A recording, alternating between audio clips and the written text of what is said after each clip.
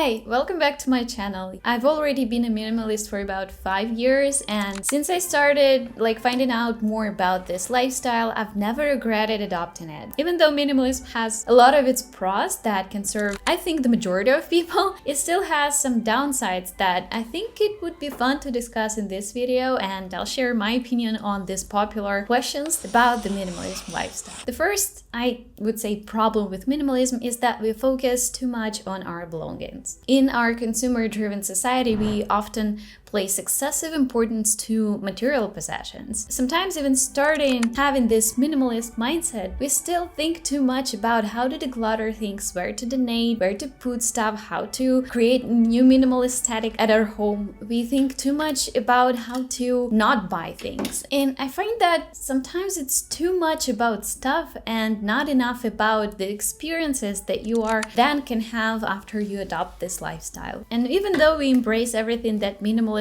does for us and our belongings, stuff itself, I think it's important to remember that we should start thinking about stuff less and less. By decluttering our lives, we free up valuable space and energy and time for things that matter to us the most. And right now, even though I talk a lot about minimalism, things to declutter and things to keep and how to part with things and how to apply minimal mindset, in my everyday life, I barely think about things. But it wasn't like that at first. When I just started decluttering and making my home feel like perfect space for me to rest, I was thinking a lot about stuff because you know what? It plays a huge role in our lives. But gradually I started to think about it less and less, and right now I don't even think about me as a minimalist, as a person who has that label. I think of myself as just a person who wants to experience stuff that she wants. And if my belongings get on my way, then I get rid of it. So in the midst of all of that, of applying this lifestyle of decluttering, don't forget to think about the mindfulness and intentionality and these spiritual aspects of our lives, because it's not about stuff at all. The second problem, I find that it's so hard for many people to get rid of sentimental items. For some reason, I don't have this problem, probably because sentimental items, they don't take up that much space and I do keep them. Yeah, maybe it's unpopular, maybe you hear everybody around are telling you to declutter your sentimental items, but I don't find this a problem to have a box that's filled with memories, that's filled with people who probably passed away, but still have something from them that is maybe a clutter in your space, maybe not, but it does not take up your whole, I don't know, garage or something, then it's fine in my opinion. We all have possessions that hold sentimental value, objects that remind us of cherished memories or our loved ones, and the point is, you do not have to get rid of those. Yeah, if some object gives you comfort and the sense of security and memories, then just keep it. But if you see that sentimental items and things that you are attached emotionally to are starting to take over your life, this is when it becomes a problem. While minimalism encourages us to declutter, it is crucial to remember that the goal is not to purge everything, but to find balance that allows to keep what truly matters and we truly spend time appreciating without being overwhelmed with our excessive belongings. The point number three that I hear a lot as a problem with minimalism is that minimalism is the lifestyle for the rich. I have to tell that I do not agree with that. I can't call myself rich. I'm far from being middle class. But I find so much value in minimalism that probably rich people don't even find. If you think about it, who needs to save money more, the rich or the poor? I don't know, speaking of myself, I do need to save money. And what can help better with it than minimalism? It's essential to recognize that the goals that minimalism offers us, such as reducing stress, increasing mindfulness and intentionality, are relevant for both for the rich and for the poor. While I do not agree with this perspective, I understand why some people find that minimalism is not that much for poor people. If you're poor, you cannot not declutter something that you know you can't afford immediately whenever you need it. And this makes it so much harder to part with things for people who simply cannot afford to just go and grab this from the store again. I do know what it feels like because I've gone through this myself. My counter argument for this is that usually when you declutter something, 99% of the chance is that you will not ever need it, or you can do without it without any problem. I have not had this problem myself that I decluttered something really big that I cannot afford, like, I don't know, a fridge or something, and later I desperately need it and I cannot buy it. Maybe the one thing that I decluttered and I needed it the next summer was this mold for ice.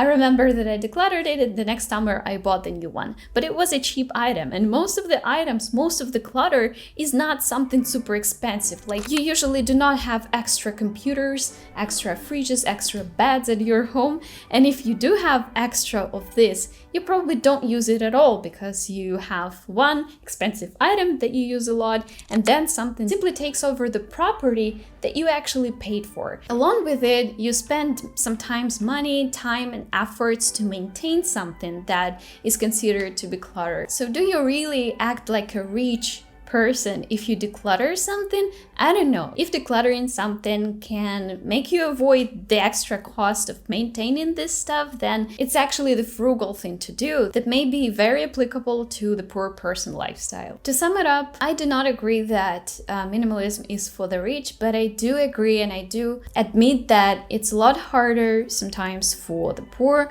to apply minimalism because it's hard to part with things that you cannot afford to buy again. Point number 4 is that as a content creator, I often feel this competition, this pressure to keep up with minimalism aesthetics. Clean and minimalist interiors have become extremely popular, particularly in social media. And sometimes I cannot deliver this type of aesthetic just because I sometimes cannot afford some stuff, or I simply do not appreciate some kind of minimalism aesthetics. Anyways, what would you click on more likely, on this photo or on this photo as a thumbnail? Statistics show that you would probably click on this version because it's cleaner, it's more minimal, it just gives this sense of cleanliness, tidiness, and minimalism. But can I provide this type of thumbnails? Quite unlikely. So I feel like I have to put a little bit more effort into the usual stuff like thumbnails for a YouTuber, just because this minimalism aesthetics is more appreciated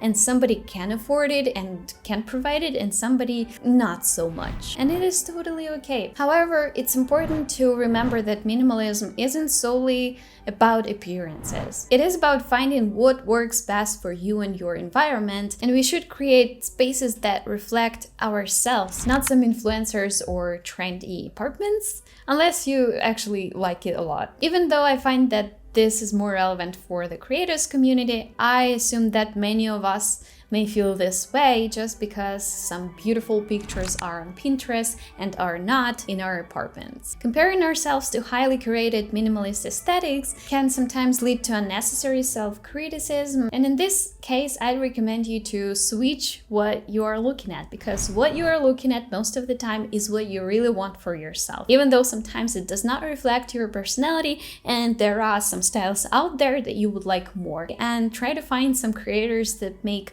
more authentic content that reflects something other than just white walls and empty rooms. In conclusion, minimalism, like any lifestyle, has its pros and cons. While it encourages us to declutter, simplify, and focus on what truly matters, it is essential to approach it with balance. You shouldn't feel pressured to do any of the things that are promoted to you in the minimalism community, or discard items that bring you joy. Instead, let's embrace minimalism as a tool to make our lives better, happier, and more stressful. And one of the ways to do that is to get rid of the excessive clutter from your life. If you are on this journey right now, I recommend you to continue watching with this video that's talking about my recent decluttering challenge that helped me to completely transform my apartment and make it a lot more cozy and comfortable for me. Have the most wonderful day. Goodbye.